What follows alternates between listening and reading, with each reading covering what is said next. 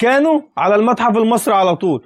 اوبو اف 11 حاله نادره جدا جدا، كسر زيرو لم يفتح من قبل. قرب كده تعالى معايا، بص دي شهاده الضمان بتاعته لو انت فاكرها، الورقه الخضراء، ودي الورقه بتاعته السكرين اللي لسه موجوده في العلبه.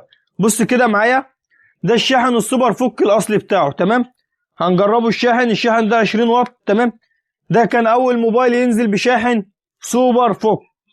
تمام، بص كده اللي هو اللون الاخضر من جوه اهو. تمام، بص كده الموبايل اهو هيشحن وانت معايا.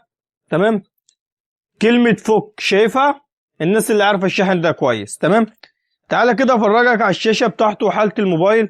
الموبايل بسم الله ما شاء الله، الله اكبر عليه، زيرو بينور معاك من كل حتة زي ما انت شايف. بص الكاميرا كانت نازلة 5 اكس تيبيكال زوم. بص كده بسم الله ما شاء الله، الله اكبر، مفيش بيكسل تيبيكال زوم، يعني الصورة واضحة جدا 5 اكس. ده النسخة الرامات ال6 جيجا والمساحة ال64 جيجا. والموبايل ده انا موفره للاخ اللي داخل يقول لي في التعليقات المفروض موبايلاتك كلها تروح المتحف المصري. والله دي بجد دي حقيقة. انت مفكر انا ازعل من الكلام ده؟ لما اجيب لك اف 11 نازل من 2019 بقاله 7 سنين بالحالة دي 6 و64 جيجا، افضل ما انجبت شركة اوبو، يبقى المفروض فعلا موبايلات تروح المتحف المصري. ده لو يلزم اخواتي ب 3100 جنيه. واهم حاجة تصلوا على النبي.